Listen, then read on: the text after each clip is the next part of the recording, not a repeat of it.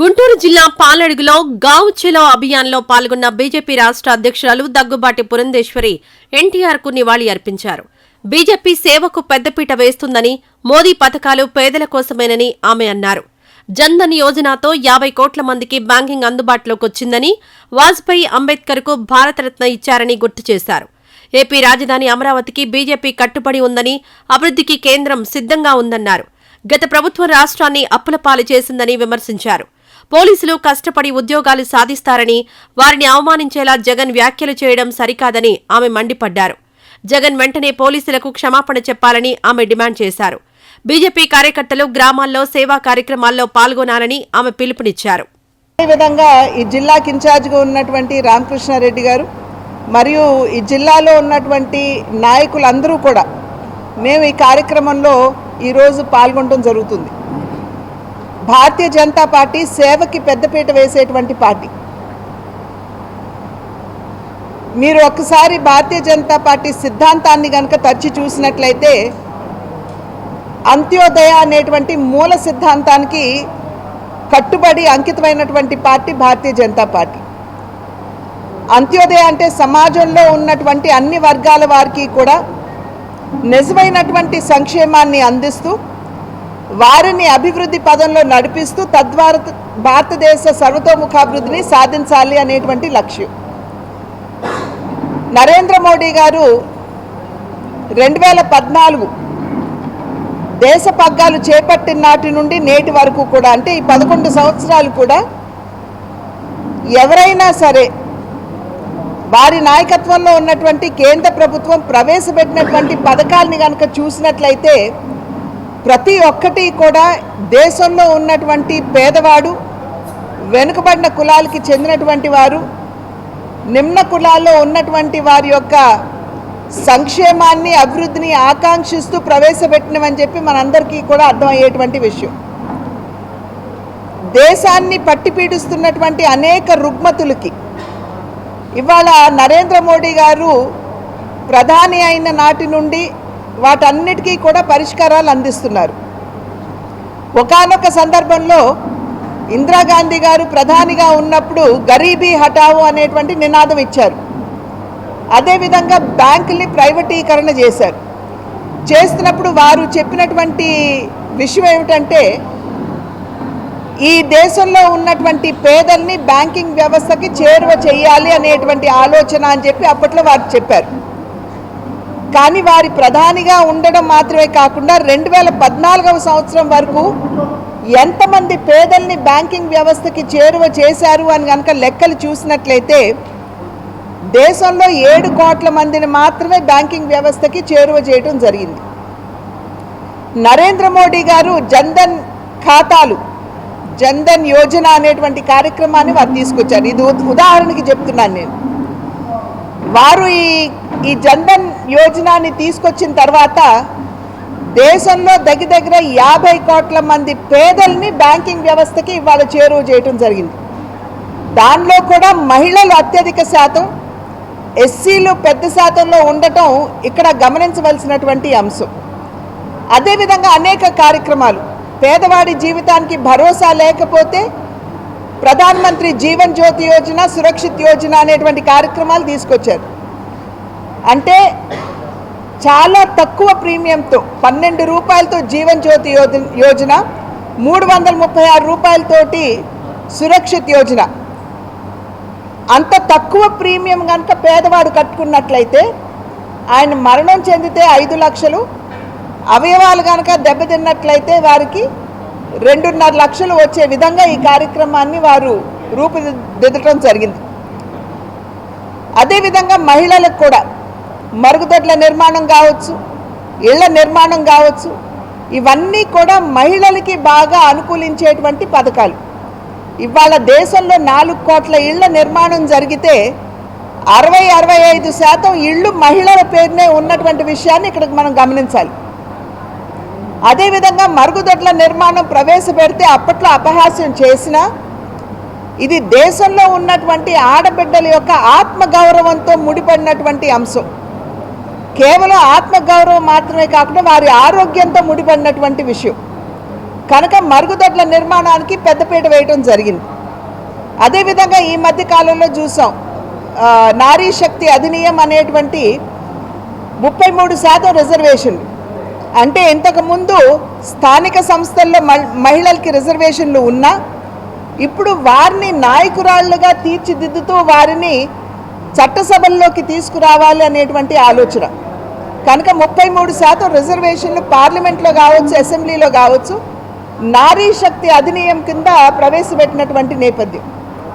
అదేవిధంగా వెనుకబడినటువంటి కులాల్లో ఉన్నటువంటి వారు బీసీ కమిషన్కి నిన్న మొన్నటి వరకు అసలు చట్టబద్ధత లేదు. 60 సంవత్సరాలు 75 సంవత్సరాల స్వాతంత్ర భారతదేశంలో 65 సంవత్సరాలు కాంగ్రెస్ పార్టీ అధికారంలో ఉన్నా కూడా ఎప్పుడూ వారు బీసీ కమిషన్కి చట్టబద్ధత కల్పించలేదు. కానీ నరేంద్ర మోడీ గారు ప్రధాని అయిన వెనువెంటనే వారు బీసీ కులాల్లో ఉన్నటువంటి బిడ్డలు అనుభవించేటువంటి ఇబ్బందులు, ఎదుర్కొనేటువంటి సమస్యలు గుర్తించినటువంటి వ్యక్తిగా, ఎందుకంటే వారు కూడా బీసీ కులానికి చెందినటువంటి వారే కనుక వెంటనే వారు బీసీ కమిషన్కి చట్టబద్ధత కల్పించినటువంటి విషయం ఇక్కడ గమనించాలి. అదేవిధంగా ఎస్సీ వర్గాల్లో ఉన్నటువంటి వారికి బాబాసాహెబ్ అంబేద్కర్ గారిని ఇవాళ నిజంగా గౌరవించినటువంటి పార్టీ ఏదన్నా ఉన్నది అంటే అది గర్వంగా మేము చెప్తాం, అది భారతీయ జనతా పార్టీ అని. బాబాసాహెబ్ అంబేద్కర్ గారికి భారత రత్న కాంగ్రెస్ పార్టీ అధికారంలో ఉన్నప్పుడు ఇవ్వలేదు 65 సంవత్సరాలు. కానీ వాజ్పేయి గారు జనతా పార్టీ అధికారంలో ఉన్నటువంటి సందర్భంలో అటల్ బిహారీ వాజ్పేయి గారి యొక్క చొరవతోటి బాబాసాహెబ్ అంబేద్కర్ గారికి భారత రత్న ఇవ్వడం జరిగింది. అది మాత్రమే కాకుండా వారి జీవితంతో ముడిపడినటువంటి 5 ప్రాంతాలు, వారు జన్మించినటువంటి ప్రాంతం, వారు విద్య అభ్యసించినటువంటి ప్రాంతం, వారు బౌద్ధ మతాన్ని పుచ్చుకున్నటువంటి ప్రాంతం, వారు పదించినటువంటి ప్రాంతం మరియు వారి సమాధి మహారాష్ట్రలో ఉంది. వీటన్నిటినీ కలిపి పంచతీర్థాలుగా వాటిని అభివృద్ధి చేసిన ఘనత కూడా భారతీయ జనతా పార్టీకి, నరేంద్ర మోడీ గారికే దక్కుతుందనేటువంటి విషయం. ఇవన్నీ కూడా అన్ని వర్గాల వారికి నిజమైనటువంటి సంక్షేమాన్ని, అభివృద్ధిని అందించాలి అనేటువంటి లక్ష్యం. వాటిని దృష్టిలో పెట్టుకునే నరేంద్ర మోడీ గారు, అదేవిధంగా భారతీయ జనతా పార్టీ అనేక సందర్భాల్లో భారతీయ జనతా పార్టీ చెప్పేటువంటి విషయం ఒక్కటే, అన్ని రాజకీయ పార్టీలాగా భారతీయ జనతా పార్టీ కూడా రాజకీయాల్లో ఎన్నికల్లో పోటీ చేయాలి, గెలవాలి అని భావిస్తాం. కానీ మేము భిన్నమైనటువంటి పార్టీ అని ఎందుకని చెప్తామంటే, మిగతా పార్టీలన్నీ కూడా అధికారం కోసం గెలవాలి అని భావించినట్లయితే భారతీయ జనతా పార్టీ ఆ గెలుపుని, ఆ అధికారాన్ని సేవా మాధ్యమంగా వినియోగించుకోవాలి అని భావించేటువంటి పార్టీ. కనుకనే భారతీయ జనతా పార్టీ అన్ని రాజకీయ పార్టీల కంటే భిన్నమైన పార్టీ అని చెప్పి నేను తెలియజేస్తున్నాను. ఇవన్నీ కూడా ప్రజల్లోకి తీసుకుని వెళ్ళాలి.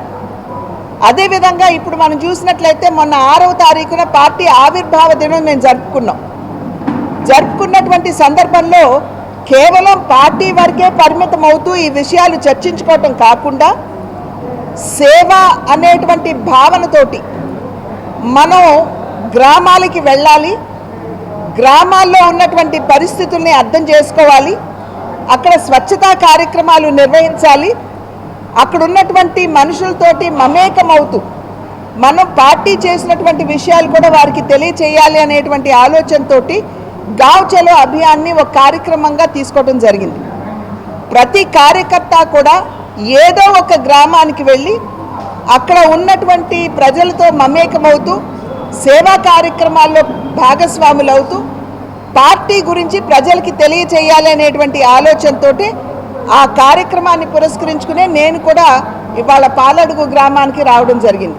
ప్రజలందరూ చాలా చక్కగా స్వాగతించారు కూడా. వారందరికీ కూడా నా ధన్యవాదాలు నేను తెలియజేస్తున్నాను. అదేవిధంగా ఆంధ్ర రాష్ట్రానికి భారతీయ జనతా పార్టీ కేంద్ర ప్రభుత్వం అందించినటువంటి సహకారం మొన్న చూసినట్లయితే ఒక 2-3 రోజుల క్రితం అమరావతి నిర్మాణానికి కేంద్ర ప్రభుత్వం 4,285 కోట్ల రూపాయలని విడుదల చేయడం జరిగింది. అంటే రాజధాని లేని రాష్ట్రంగా ఉన్నటువంటి ఆంధ్ర రాష్ట్రానికి ఎప్పుడైతే ఆంధ్ర రాష్ట్రం ప్రత్యేక ఆంధ్ర రాష్ట్రం ఏర్పడిందో ఆనాటి నుండి కూడా అమరావతియే ఆంధ్ర రాష్ట్ర రాజధాని అన్న విషయానికి భారతీయ జనతా పార్టీ ఎప్పుడు కట్టుబడి ఉంది. 2014వ సంవత్సరం నుండి కూడా. అప్పట్లో డిపిఆర్ ఇవ్వకపోయినా 2,500 కోట్ల రూపాయలు ఆ రాజధాని పరిసర ప్రాంతమైనటువంటి విజయవాడ గుంటూరు అభివృద్ధికి కేంద్ర ప్రభుత్వం 2,500 కోట్ల రూపాయలు అప్పట్లోనే ఇచ్చారు. అదేవిధంగా బాహ్య వలయ రోడ్డుకి 20,000 కోట్ల రూపాయలు, అనంతపూర్ నుండి అమరావతిని అనుసంధిస్తూ 29,000 కోట్ల రూపాయలు అప్పట్లోనే మంజూరు చేయడం జరిగింది.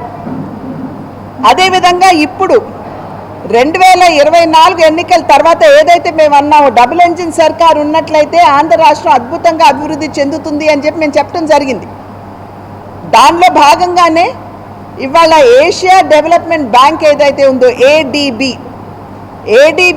మరియు వరల్డ్ బ్యాంక్, ఈ 2 బ్యాంకులు కూడా సంయుక్తంగా 13,600 కోట్ల రూపాయలు అమరావతి నిర్మాణానికి ఇవ్వడానికి వారు సంసిద్ధమయ్యారు. అయితే మిగిలిన 1,400 కోట్ల రూపాయలు ఏదైతే ఉందో అది కేంద్ర ప్రభుత్వం ఇవ్వడానికి ముందుకు వచ్చినటువంటి పరిస్థితి. ఆ సందర్భంలో వయబిలిటీ గ్యాప్ ఫండింగ్ అని ఏదైతే అంటామో దానికి సంబంధించి కేంద్రం 4,285 కోట్ల రూపాయలు 4 రోజుల క్రితం విడుదల చేయడం జరిగింది. అదేవిధంగా నిన్న జరిగినటువంటి కేబినెట్ మీటింగ్లో కూడా ఆంధ్ర రాష్ట్ర అభివృద్ధిని దృష్టిలో పెట్టుకుంటూ మరి తిరుపతి నుండి కట్పాడి వరకు ఏదైతే రైల్వే లైన్ ఉందో 1,132 కోట్ల రూపాయలతోటి కేంద్ర ప్రభుత్వం మంజూరు చేయడం జరిగింది. ఇది రాయలసీమ ప్రాంతానికి బాగా అనుకూలించేటువంటి ఒక కార్యక్రమం. ఎందుకంటే అక్కడ ఉన్నటువంటి రైతులు, వ్యాపారవేత్తలు ఎవరైతే ఉన్నారో చాలా వరకు కూడా వారికి తమిళనాడుతో వారికి ఉన్నటువంటి సంబంధం, అదేవిధంగా ఆ ప్రాంత అభివృద్ధికి దోహదపడుతుంది, అక్కడ ఉన్నటువంటి విద్యార్థులకి దోహదపడుతుంది. కనుక ఏదైతే మేము ఎన్నికల్లో చెప్పామో డబుల్ ఇంజిన్ సర్కార్ కనుక ఉన్నట్లయితే, కేంద్రంలో ఎన్డీఏ కూటమి, రాష్ట్రంలో ఎన్డీఏ కూటమి ఉన్నట్లయితే ఖచ్చితంగా ఆంధ్ర రాష్ట్రం ఏదైతే అభివృద్ధిని గత 5 సంవత్సరాలు చవి చూడలేదు. మనందరికీ తెలుసు, ఇంతకుముందు ఉన్నటువంటి ప్రభుత్వం వైఎస్ఆర్సీపీ ప్రభుత్వంలో విధ్వంసం, విద్వేషం తప్పించి మనం ఇంకేమీ చూడలేదు. అదేవిధంగా రాష్ట్రాన్ని అప్పుల ఊబిలోకి నెట్టివేశారు. ఇవాళ నెమ్మదిగా కేంద్ర ప్రభుత్వ సహకారంతో రాష్ట్ర ప్రభుత్వ సహకారాన్ని అందిపుచ్చుకుంటూ నెమ్మదిగా మళ్ళీ తిరిగి నిలబడే ప్రయత్నం మనం అందరం కూడా చేస్తున్నాం. అందుకనే కేంద్ర ప్రభుత్వం ఎప్పుడూ చెప్పింది అన్ని విధాలా ఆంధ్ర రాష్ట్ర అభివృద్ధికి మా సహకారం మేము అందిస్తాము అని చెప్పడం జరిగింది.